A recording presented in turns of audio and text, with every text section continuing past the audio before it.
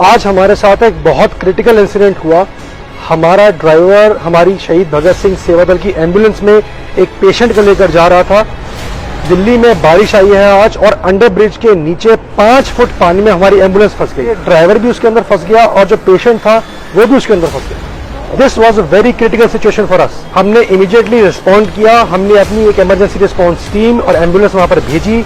हमारी emergency response team ने हमारे ही ड्राइवर को और जो पेशेंट हमारी एम्बुलेंस में फंस गया था दोनों को रेस्क्यू कराया, पेशेंट को दूसरी एम्बुलेंस में शिफ्ट किया और फिर हम उसे हॉस्पिटल लेकर गए। लेकिन मुझे दुख इस बात का है कि दिल्ली जैसे शहर के अंदर एक बारिश ने इतना बुरा हाल कर दिया कि 5-5 फुट पानी भर जाता है, एम्बुलेंस वहां पर फंस जाती है, पेशेंट फंस जाता है। क्या इंसान की जान की कीमत नहीं है? हमें दुख इस बात का है कि इस पूरे इंसिडेंट में हमारे 10 से 12 मिनट इमरजेंसी रिस्पांस पे खराब हो गए, जो कि बहुत मायने रखते हैं किसी की जान बचाने के लिए। गॉड फॉरबिड अगर हमारी दूसरी एम्बुलेंस, हमारी इमरजेंसी रिस्पांस टीम आसपास नहीं होती और अगर उस पेशेंट के साथ कुछ हो जाता तो कौन जिम्मेदार था?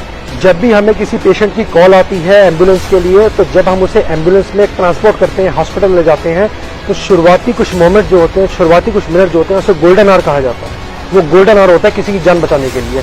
लेकिन ऐसे इंसिडेंट दिल्ली शहर के अंदर इस गोल्डन आवर, इस इमरजेंसी रिस्पांस टाइम, इस कीमती टाइम को खराब करते हैं, जाया करते हैं, जिससे पेशेंट्स की जान को रिस्क बढ़ जाता है। मैं बार बार इस बात को कहता हूं, every life counts.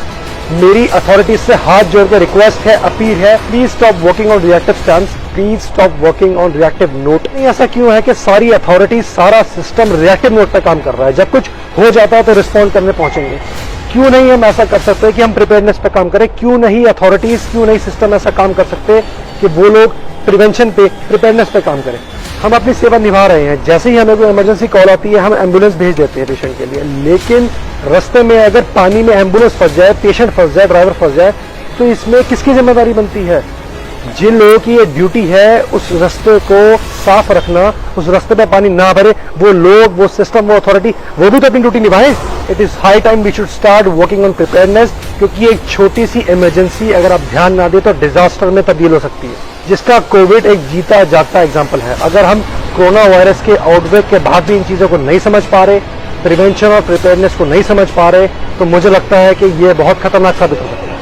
So I would like to request all authorities, the system, to please become more vigilant and work on preparedness and prevention to save lives of people. Bharat माता की जय।